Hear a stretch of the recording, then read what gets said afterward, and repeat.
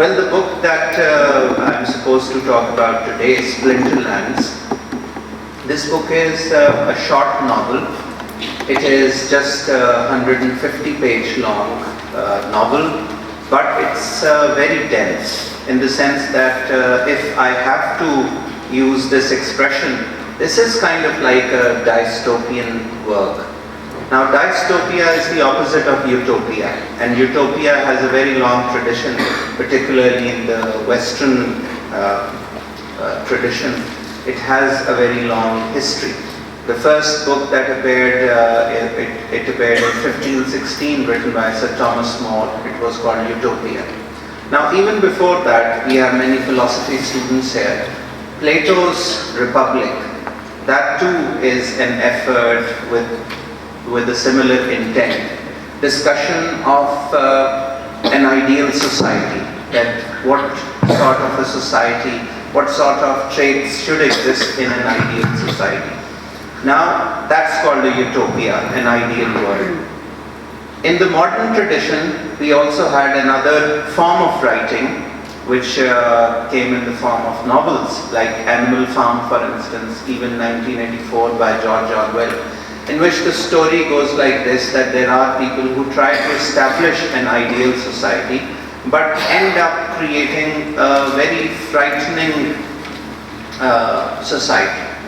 So that tradition is then called, or that kind of writing is called dystopian writing. So this is an example of that, but it's very relevant. So probably towards the end, I'll briefly talk about it, or through question and answer, we can also discuss this, that why did I choose this book, Splinterlands, because it's also very relevant. It's not written by a Pakistani or a South Asian writer. It's written by an American writer, and he is not a popular writer in the sense that we have, for instance, Paulo Coelho, or we have Dan Brown, or we have other popular writers. He belongs to a think tank, which is Institute of Policy Studies.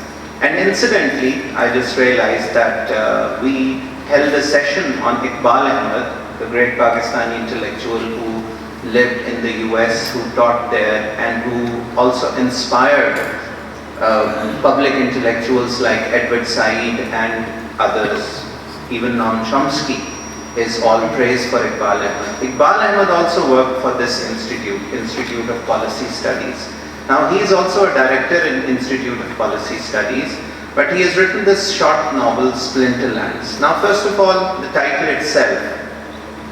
Splinter, as you all know, it simply means when something breaks up into small, sharp parts, we call them splinters. It's a noun, it's also used as a verb, so something can splinter, so it can break up into small parts. Splinterland, because the world which is described in this novel, it has become Splinterland. There is no longer a global vision, there is no longer shared common goals. All the countries of the world and all international systems have broken up. So it's the story of that kind of world. When the story begins, so first of all, I'll offer you a brief summary of the novel, what happens in the novel. I'll go until the end. And of course, you can also take it as spoiler alert, because I'll tell you the complete story, what happens at the end. And after that, I will be talking briefly about some of the themes which are present in the novel, how is it relevant to us, what kind of takeaway points we can get out of it. And I will also share a few excerpts, just brief sentences and paragraphs from the novel itself. And I'll try to wind up, hopefully, within the next 25 or so minutes. So the novel, when the novel begins, it's written in the first person narrative. So the character who narrates the story is Julian West. Now, Julian West is a historian, and a more technical word for it is geopaleontologist, but I will not go into that detail. So he's a historian, and we get to know through the narrative that he wrote a book in 2018 which was called Splinterlands. And the book was an instant hit. Now when he is narrating the story, at that point in time, the year is 2050. So it is future. Now he is in 2050 and he is thinking about the past, 2018, when his book Splinterlands appeared, in which he had predicted what's going to happen to the world. And things had actually come true. And because of that, he had become a celebrity. And he was known all over the world as someone who had the foresight and who saw that the world is coming, the world is going to fall apart. So he was a celebrity of that sort. Now in 2050, he is commissioned by a corporation to travel all over the world, whatever remnants of the world exist. He is asked to travel throughout the world and write a report on how things are at the present moment. And that present moment is 2050. So from there the story begins. And Julian West tells us that he has 3 children and they are in 3 different continents. So he has a daughter, Aurora, who is in Brussels. So she is in Europe. Then he has a son, Gordon. Gordon is in China, in what we call Xinjiang. So he's there. And then the third son, Benjamin, who is in Africa, in Botswana. And then his ex-wife, she is in an American commune which is called Arcadia. So he decides that all right, now since I have to travel all over the world, so he chooses to go to these cities where his children are and where his wife is. So he plans to go there. But it's not a usual travel, because we also realize that he is in a hospital bed and his body is plugged in with all these different tubes, and he is actually in a hospital, and he is going to travel virtually, because this is, remember, this is 2050. So it's going to be a virtual travel, and he will travel through, there will be an avatar. Those of you who have seen the movie Avatar, there is this mechanical body through which he is going to travel. But physically he is going to be there in that bed. But the company which is sponsoring his travel, it's called CRISPR, it's a biotechnology firm. Now that company pays him to travel all over the world, all across Splinterlands, because it's no longer called the world, now it's Splinterland. And then compile a report. So that's the beginning of the story. And then he begins his travel. Now, first of all, why has the world become Splinterland? Why has the world splintered? So we are provided with the reasons what happened. And by the way, we also should keep in mind that John Feffer, who is the author of the novel, he himself is a towering intellectual, and he belongs to this policy think tank. So he also knows what's going on in the world. So he extrapolates what's happening. For instance, if you read today's newspaper, you probably would be familiar with what's going on in France these days, the protests that are underway for such a long time now. Now, what has happened to the world is that in the United States of America, climate catastrophes have struck. So half of the United States of America is underwater, or when things began to unravel in that manner after his publication, which came out in 2018. So around 2022, these environmental disasters strike, and half of the United States of America is underwater. At the same time, there is no United States of America because there is no unity left. So all these states have splintered. There are only small pockets where some kind of management is still going on. Otherwise, it has gone to disaster. So that's the condition of America. As far as Europe is concerned, so as far as this environmental disaster is concerned, quite interestingly, he calls it Hurricane Donald. So he calls it Hurricane Donald. So of course, after Donald Trump. When the novel was written, Donald Trump had not actually won the presidency. But then during that period when he was giving book talks, Trump had won. So he named that environmental catastrophe Hurricane Donald. So that had struck there, the America. Afterwards, when we come to Europe, what's happening there is that there was economic meltdown in 2023.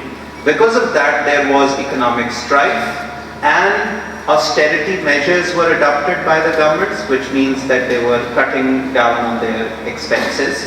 And because of that, there was mass unrest.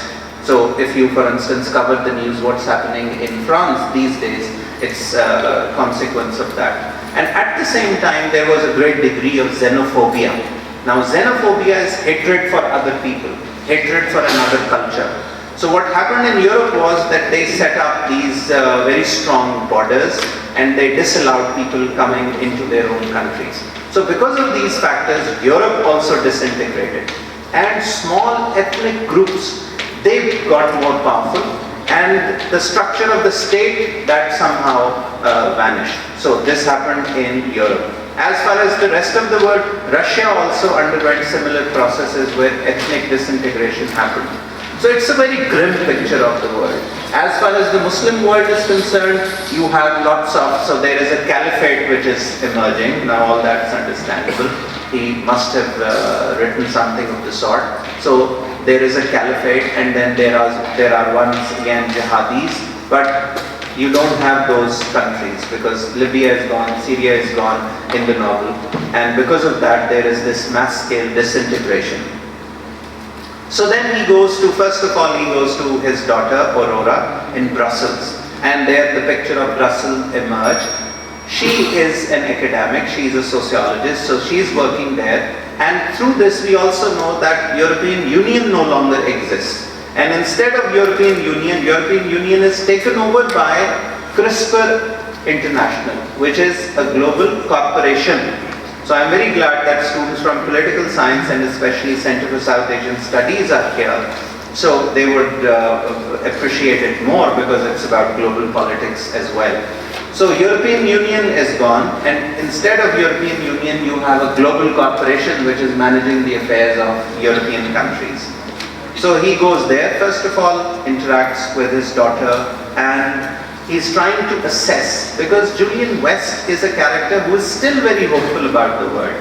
He still thinks that he's going to write a report about what's going on, and based on that, a few things might be reversed. So that is his motivation. But he's funded. Remember, I'm going to share with a final fact towards the end, that his trip is funded by CRISPR International. But Julian West himself is an honorable, hopeful man who still thinks that things can be reversed. So he goes there, he interacts with his daughter. Then he goes to Gordon. Gordon is in China, in Xinjiang. And there you have a pocket which is prosperous, but you have super rich people living there. So it's a kind of an Elysium. Poor people, they've gone to dogs, so there is no hope for them. So it's just the super rich who are there in Chinese territory. And in China there is also a great Han uprising. Why does he call it Han uprising? In the past they have similar uprising. In the past they had. So there we had a great Han uprising against Communist Party of China. So it's not there, it's no longer there, and you have this kind of a society there. So he interacts with them, his son is super rich, he's part of the super rich community there, and he is investing and things like that. But we get a picture that the ordinary people, they literally have no place, they can just go and die. They cannot survive in Splinterlands. Third, he goes to his son who is in Botswana, and he is an anti-jihadi fighter. So he interacts with them, and he's a kind of a revolutionary guy. So he meets him in very dramatic situations, interacts with him, and there is something that his son is hiding. So he doesn't tell him about it, but we get the idea that his son, whose name is Benjamin, he is hiding something from his father. His father is only interested in his assessment, what's going on in the world, how can we save it. And everybody tells Julian West that now there is no future of the world. So stop thinking like that, stop being an idealist. From there, the last journey that he makes is to his wife. And interestingly, the place where, and all these journeys, by the way, are virtual journeys. So he travels through an avatar while remaining in his own bed. Remember, it's 2050. So then he goes to his wife, his ex-wife, who's in Arcadia.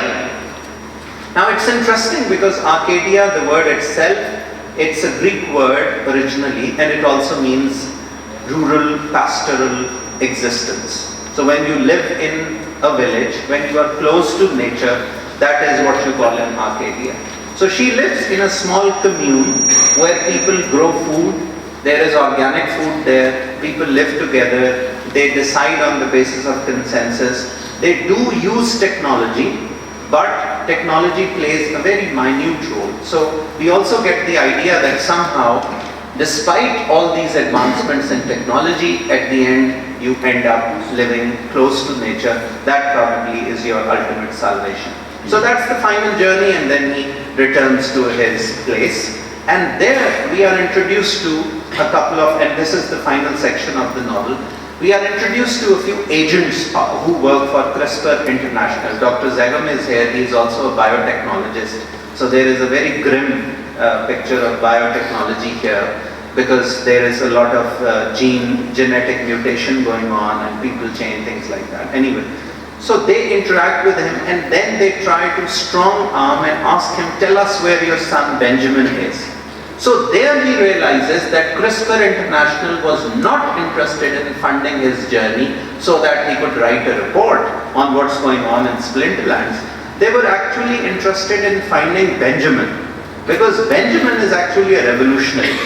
And Benjamin has got access to a formula which is antibiotic or antiviral drug which can cure a disease which is now widespread. And the company fears that Benjamin is going to make it available for the rest of the world, or that Benjamin is going to blackmail the company so that the company gives similar drugs to people without costing them money. So ye sab pere har jagah inqilabi rehte hi hain jahan mazid chupe hue ho. So the point is that that's what Benjamin is up to, and that is what he was hiding. That was what he was hiding from his father. So they try to strong arm, they try to, of course, threaten him, but he doesn't reveal anything, he doesn't know where Benjamin is. And towards the end, we feel that because he's now boxed in, his idea was that he would go to Arcadia and live the rest of his life with his wife, former wife. That was Julian West's idea. But he is not successful, because the company is not interested in paying him so that he can go and live in Arcadia. The company is interested in getting the whereabouts of Benjamin, because Benjamin and his team, they are working against CRISPR International, and they want to make available those formulas for the rest of the people for common benefit. So that's happening. So finally, what happens in the last section of the novel is that he unplugs all the tubes which are keeping him alive, and so all the monitors begin to beep in a kind of a symphony. Although it's a scene of death, but as a reader we feel it's also a sign of hope, because he feels that I'm not going to compromise with CRISPR International. But at the same time, another conclusion is that there is no hope for the future, because these huge corporations are going to survive, and these corporations have the destiny of the whole world in their own hands. So with this, the summary comes to an end. How much time do I have?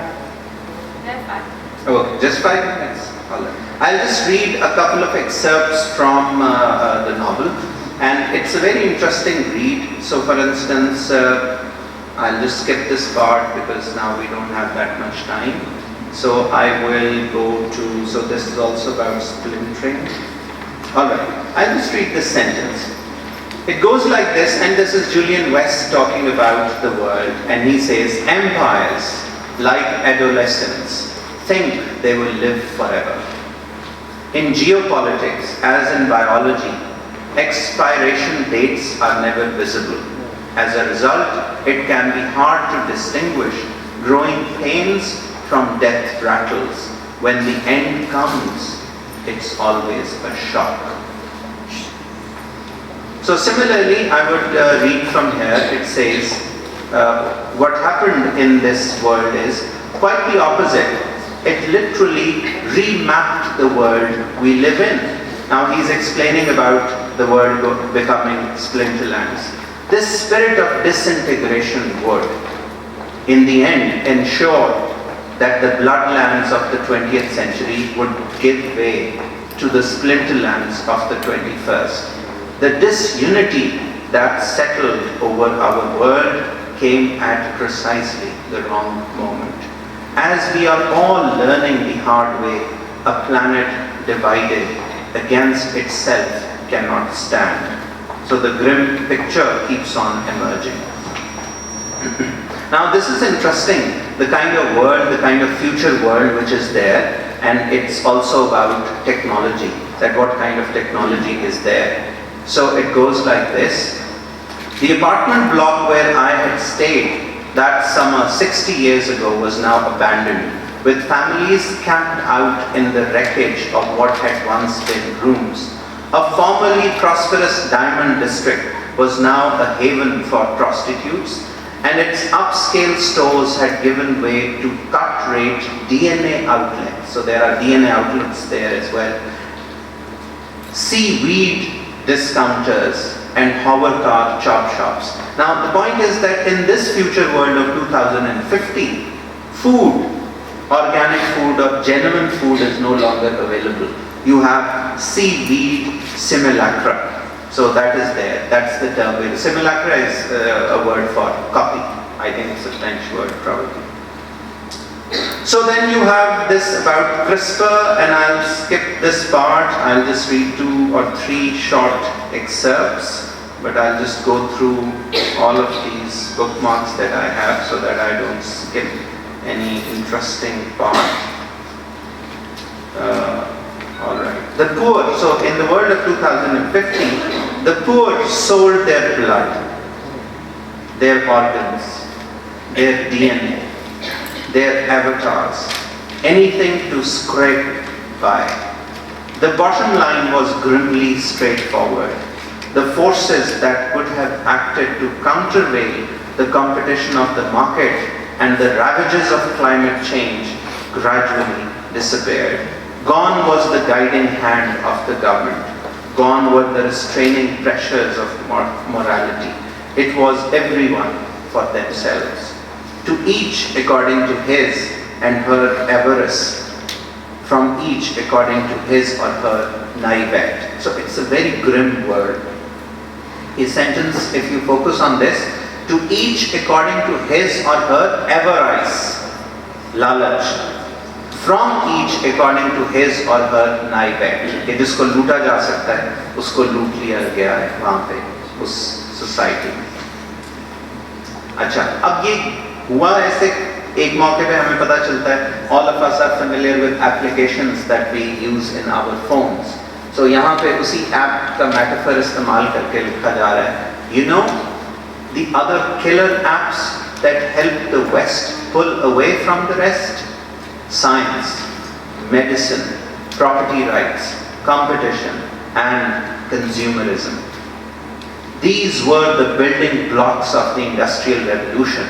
We didn't realize that these apps would ultimately kill us. Now this is a strong dose for those enamored with modernity. कि ये हमें बका की तरफ लेके जा रही है ये modernity and everything. So ये हम देखें. अब यहाँ पे हमें पता चल रहा है कि वो जब आर्केडिया में है अपनी वाइफ के साथ, this is just the second last excerpt. तो वो उसको कह रही है, अब वो उससे इंटरेक्ट तो कर रही है, और वो उसको कहती है, you've probably forgotten what one of these really tastes like. So she plucks an orange for him, because in Arcadia, real food is grown. Ah, I forgot, you are not really here. She unwrapped the skin of the orange in one long spiral. After carefully tucking the peel in the breast pocket of her plaid shirt, she began to eat the fruit section by section. After she was halfway through, she said, now I only trust what is right in front of me. So that's also a critique of virtual reality and technology which enables virtual reality. With this I go to the last excerpt, and I hope I've got it right, because this is where only today can we all see clearly. As I wrote so many years ago, that the rise of the Splinterlands has been humanity's true tragedy. This is what I've learned in my research, in my travels. The inability of cultures to compromise within single states anticipated our current era. When multiplying nation states cannot compromise on a single planet to address our global scourges, The glue that once held us together, namely solidarity across religion, ethnicity, and class, has lost its binding force. We somehow lost the ability to intuit the common humanity that bound us together regardless of our differences, but perhaps we can create those bonds again. Now this is the final sentence. But perhaps we can create those bonds again, family by family, commune by commune, not on arid Mars, but in the few green pockets left on earth. Thank you very much.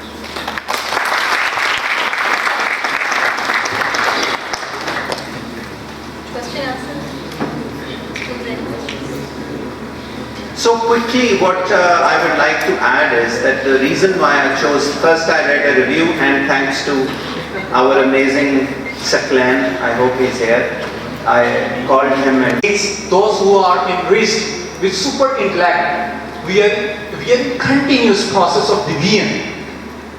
We are dividing ourselves from the common people. So what is the main point? Is it nature or is it us? well, definitely it's not nature, and our relationship with nature is also symbiotic. So what I feel and what others have said, of course, that this is not my thought. The point simply is that if we need to develop this symbiotic relationship with nature, but then there are certain systems which ignore this reality, this part totally. For instance, look at capitalism. Capitalism has no concern for environment. It only wants profit maximization. Look at consumerism, for instance. It's that desire to have more products, to desire to use more, to have better products, to have newer phones, which compel us, and we don't look at the imprint, at the carbon imprint, for instance, what's happening to the environment. So now global systems that we have since Industrial Revolution are based on capitalism. So that's why capitalism, or that capitalist mindset, is what is taking us and the environment towards its ultimate catastrophe. So as resistance, what we can do is that we need to first of all identify what other options are available. The option is human centricity. The option is insan dosti. The option is ijtamaiyat. So all these options are available. And in all these matters, the East has to lead. Because for over 1,000 years, we have got these thinkers and these poets and these writers who have prioritized, who have given us the right goals. But since the West has started leading their own people and ourselves, and we are so enamored and we are so overwhelmed by everything which is Western, that we think that they should be the ones who should lead us. So I think that we should, first of all, and everything begins with, of course, knowing, with reading, with, of course, listening to scholars like Dr. Shoaib telling us about Rumi, and reading about Data Sahab, reading about others, Bulleh Shah and others. So that is how we need to move on. So I hope I've addressed your question. So pure intellect can never save us. So it's that intellect which has to be governed with our own nature, which is present inside us, which tells us, which connects us to all other human beings, which connects us to the world that exists around us. That's the ultimate key to, of course, protecting ourselves. Yes, final question, and then I'm gone. Is that I was engaged in a discussion with my batchmates, and the topic of discussion was either evolution is better to cater the problem of disintegration of our federating units, or a revolution is better now. So basically I just simply want to pen down your opinion that evolution is better, or a drastic, like sudden revolution, because I want to strengthen my arguments with your opinion. So kindly if you guide me. It's like asking a question, is Urdu better or English better or Persian better? So first of all, these two are not mutually exclusive. Evolution and revolution, both are not mutually exclusive. Societies which work for a revolution, they have to work for long decades. Give me any example of any revolution. Think of modern revolutions. Think of the Bolshevik Revolution. Marx gave his ideas in 1850s, 1858-59. The revolution that came about in Russia, it came in 1970. Think of the Iranian Revolution. For decades they had to work for it. So what was that? That was evolution. They were of course talking about exploitation which was going on. They were training people. Think of any other revolution, Nicaragua, South Africa, or any modern 20th century revolutions, and you will see the societies working for those revolutions for decades, 3, 4, 5 decades working for them. So what would you call it? Is that revolution or evolution? That is evolution, but their objective is that they are not going to accept small-scale patchwork type changes in the systems which exist. They have that goal that we have to bring about a revolution. So it's part of that. And finally, the ultimate example that I would like to offer, think of Prophet Muhammad sallallahu alaihi wasallam. The idea that he got the idea when he was 40. But before that, throughout his youth, he was working for that society. And he was working for all the good causes. That's why he was called Sadiq and Amin. He was part of a mu'ahada which is called Mu'ahada Hilful Fuzul. And when he finally got the Wahi, when he was 40, still he kept working for it for another 13 years, spreading that message, word by word, sentence by sentence. Every evening getting together, discussing the possibility of change. He was the ultimate dreamer. He dreamt of a better society. And he fulfilled that dream within his lifetime. So what would you call it? Evolution or revolution? So it was evolution for a revolution. So I would recommend, although this is something which your parliamentary form of debate doesn't accommodate, because either you have to be for a topic or against a topic, but still you need to reconcile these two concepts. Thank you very much.